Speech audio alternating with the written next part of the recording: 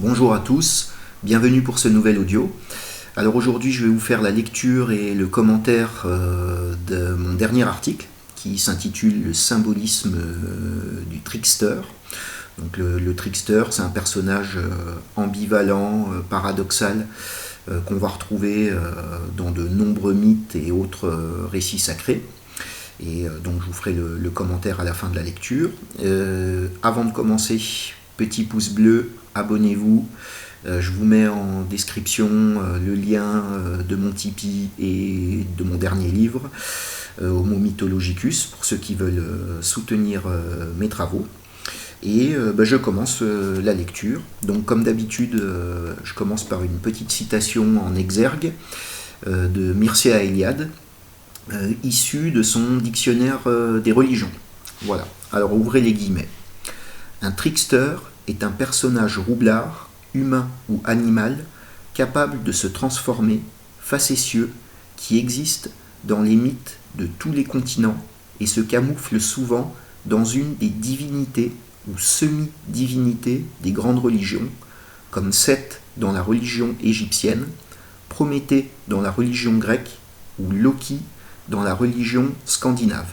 Fermez les guillemets. Alors là, je commence la lecture de mon article. Dans une multitude de mythes archaïques, de récits sacrés ou de contes et légendes issus du folklore populaire, nous constatons, parmi les protagonistes principaux, la présence récurrente d'un personnage énigmatique et ambigu, le trickster. Il convient tout d'abord de dresser une petite liste de tricksters célèbres qui se laissent connaître au travers des corpus religieux, mythologiques et légendaires du monde entier. Le premier qui nous vient à l'esprit est le fameux renard des romans médiévaux, surnommé le maître de la ruse. Songeons également au jeune saltimbanque de la tradition populaire allemande, Till Eulenspiegel, nom qui est à l'origine de l'adjectif français espiègle. Au pitre faux naïf Nazer Edim Hodja de la culture musulmane, à l'arlequin de la commedia dell'arte, ainsi qu'aux multiples gnomes et lutins farceurs des contes pour enfants, sans compter les clowns et autres bouffons du roi. Les mythes fondateurs des peuples indiens d'Amérique du Nord évoquent quant à eux Coyote, qui équivaut au corbeau des traditions d'Alaska, l'antagoniste facétieux du dieu créateur céleste. La même fonction de trickster est attribuée en Polynésie aux dieux obscènes Maui et Bomapana. Mentionnons aussi les divinités machiavéliques africaines Legba et Eshu, dont le souvenir s'est perpétué dans le folklore afro-américain à travers la figure malicieuse du Signifying Monkey. Outre les dieux et héros évoqués dans la citation d'introduction, à savoir Seth et Loki, champions très ténébreux du transformisme et de l'illusion magique, Prométhée, l'usurpateur et le voleur du feu sacré, observons que le perfide serpent de la Genèse, le menteur et tentateur qui provoque l'expulsion du paradis, peut également être classé dans la catégorie des tricksters. Il est important de remarquer, enfin, que nombreuses traditions font état d'un trickster de genre féminin, à l'image de l'énigmatique déesse Sophia des gnostiques gréco-alexandrins, de la vicieuse Lilith des légendes juives, de la femme démiurge Musso Kuroni des tribus Bambara du Mali, ou encore de la paradoxale fée Mélusine de nos contes médiévaux. Cette figure mythologique, emblématique et polymorphe du trickster, que les anthropologues et les historiens des religions ont mis en lumière, revêt des attributs et des particularités tout à fait caractéristiques. Le trickster, que Lévi-Strauss dénommait décepteur, c'est-à-dire celui qui trompe ou trahit, est un être fripon, farceur, fourbe, vantard, lubrique, voire hypersexualisé, gourmand, voire boulimique, têtu, menteur, individualiste, espiègle, gaffeur, astucieux, amoral, voire immoral, et moqueur, voire calomniateur. C'est le fauteur de troubles, le poil à gratter et l'empêcheur de tourner en rond par excellence. L'étymologie du mot trickster nous renseigne un peu plus sur son rôle de trublion et d'arnaqueur. En effet, l'anglais trick renvoie à une ruse, une blague, un truc, dans le sens de trucage, et un tour, qu'il faut ici comprendre comme un tour de cartes ou de magie, un tour de passe-passe, ou encore jouer un sale tour. Ce héros, ou plutôt cet anti-héros, représente ainsi le maître de l'illusion, de la prestidigitation et de l'escroquerie. Il n'est donc pas étonnant de constater que dans de nombreux récits mythologiques et cosmologiques issus des quatre coins du globe, le trickster est présenté sous les traits d'un démiurge ignorant ou roublard qui agit comme un créateur de second ordre, imitant, voire gâchant l'œuvre parfaite de la divinité créatrice suprême et qui introduit par mégarde les éléments défectueux de notre monde. Précisons également que ce démiurge imparfait et parodique est très souvent issu d'une glorieuse origine et présenté comme un membre déchu de la famille du dieu souverain ou du grand héros civilisateur. Il incarne l'archétype du rejeton maudit, de la mauvaise fille, du vilain petit canard, de l'enfant terrible ou du frère ennemi, à l'instar de Caïn et de Rémus, coupables d'avoir rompu le grand interdit. En clair, les différentes actions malicieuses et autres facéties attribuées au trickster ont le grand mérite d'expliquer symboliquement aux hommes les injustices et les imperfections de ce monde, d'élucider les mystères du mal et de la mort, bref, de rendre intelligible l'épineuse question du passage de l'unité infinie à la multiplicité finie, de donner un sens à la chute du séjour spirituel premier vers la contingence de la matérialité sensitive et ainsi de légitimer au regard des anciens la dégradation de l'âme humaine et la solidification du monde.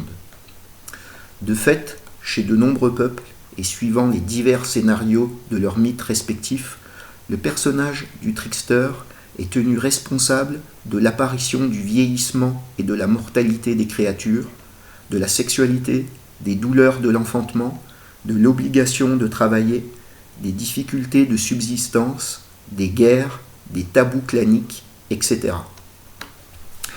Notons également que le trickster ne constitue pas, à proprement parler, une personnification du mal, mais plutôt son instigateur et son vecteur.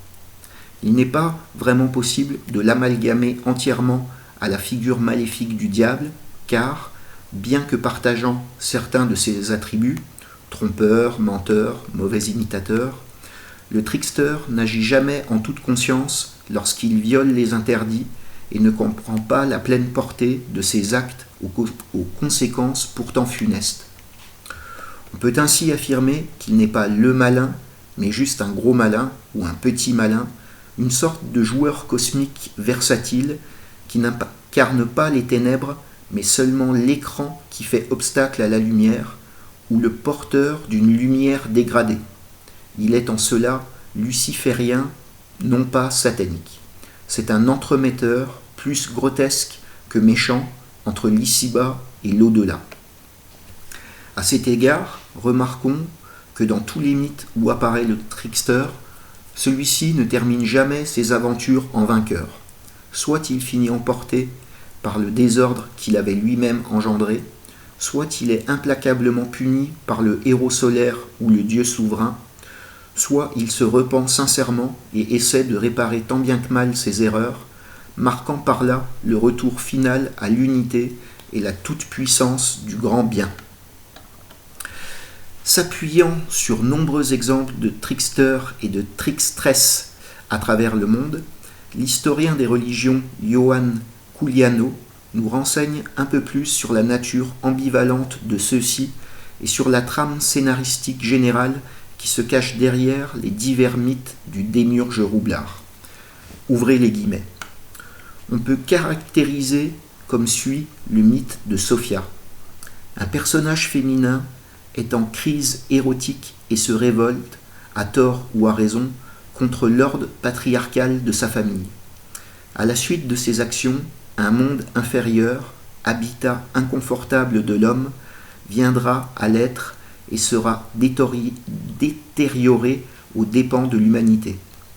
Le personnage féminin fera amende honorable, aidant l'humanité à supporter les mauvaises conséquences de son propre comportement. Musso Coroni est une trickstress, un trickster féminin qui se trouve dans bien des mythologies du monde. Comme son pendant masculin, elle est responsable de l'introduction du mal, de la mort et de la souffrance dans le monde. Après avoir inauguré l'état présent de déchéance de l'humanité, elle vient en aide à celle-ci, lui enseignant les techniques essentielles et primaires pour qu'elle puisse subsister dans sa nouvelle condition. Coyote est responsable de la perte de l'immortalité que les hommes obtenaient en se baignant dans un lac de jouvence. Mais il s'en repent puisque son propre fils sera le premier mort, etc. Il introduit les rites funéraires et se suicide, après quoi il rejoint le lieu de séjour des morts. Corbeau, le trickster des Indiens Ingalik d'Alaska, vient pervertir le monde après que le Créateur se fut retiré au ciel. Il fabrique de mauvaises races humaines, il rend les hommes mortels et il se proclame Seigneur du royaume des morts. Fermez les guillemets.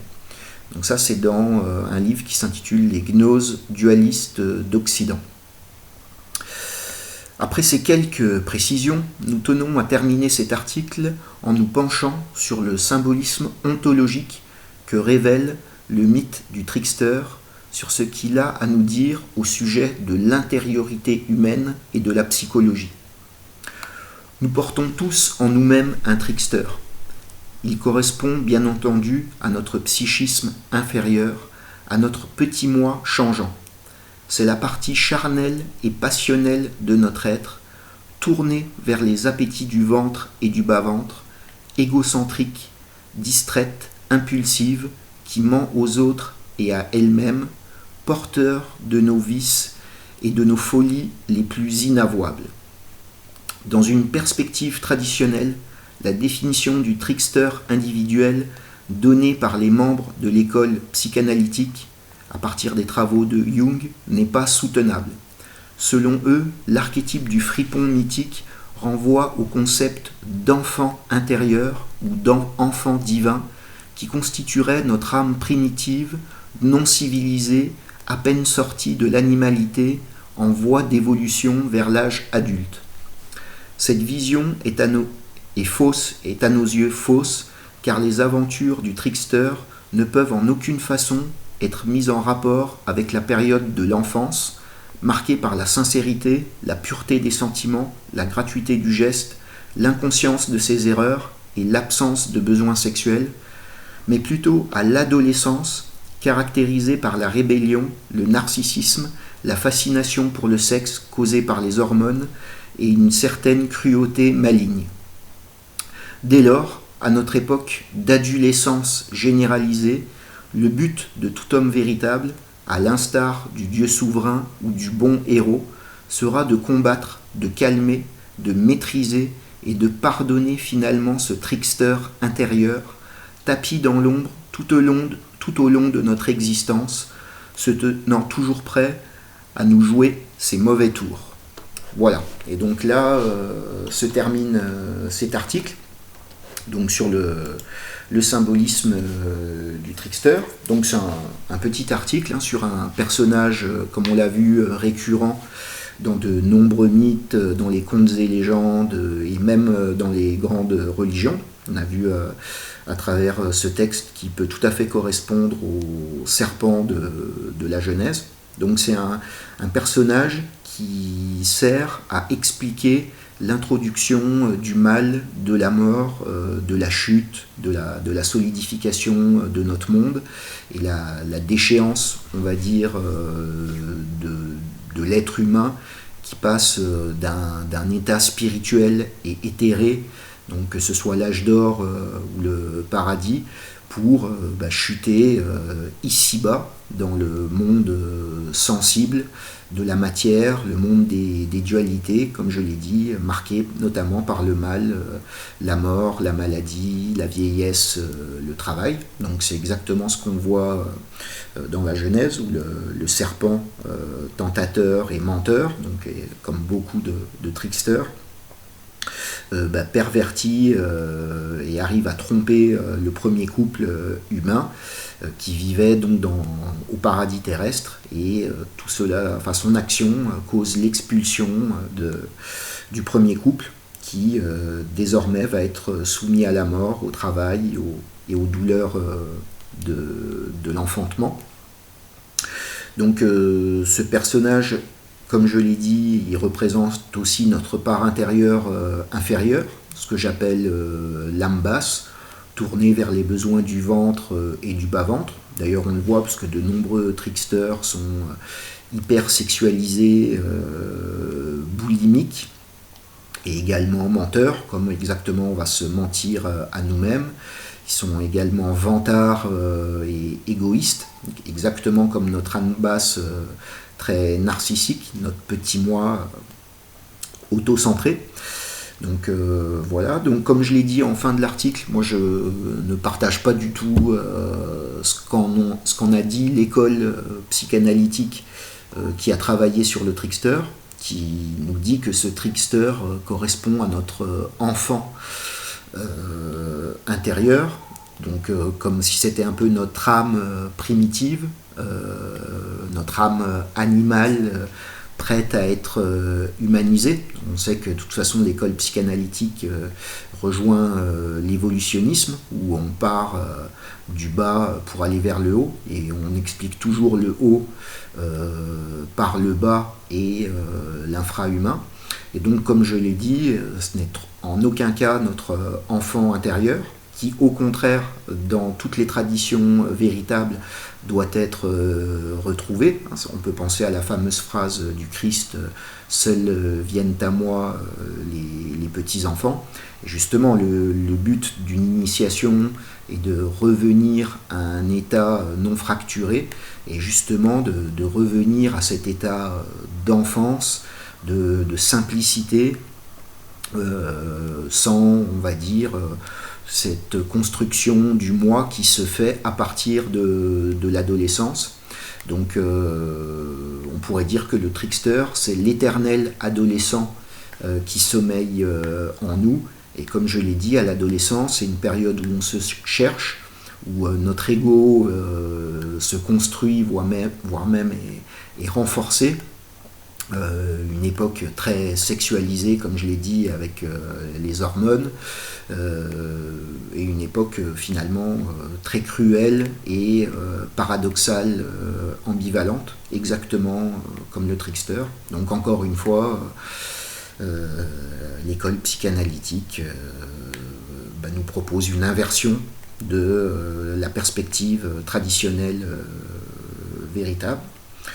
Et enfin, pour terminer, on peut dire, comme je l'ai dit, on pourrait croire que c'est le diable, le trickster, mais comme je l'ai dit, il est beaucoup plus, on va dire, luciférien. D'ailleurs, Lucifer peut être considéré, ou Iblis dans l'islam, peut être considéré tout à fait comme un trickster, ou Prométhée également. Mais ce n'est pas le mal absolu, ou le diable, ou Satan, qui est beaucoup plus, on va dire, une intelligence froide. Satan, dans le monde abrahamique, n'est pas un trickster, car on peut dire que c'est quelqu'un de très intelligent, quoi.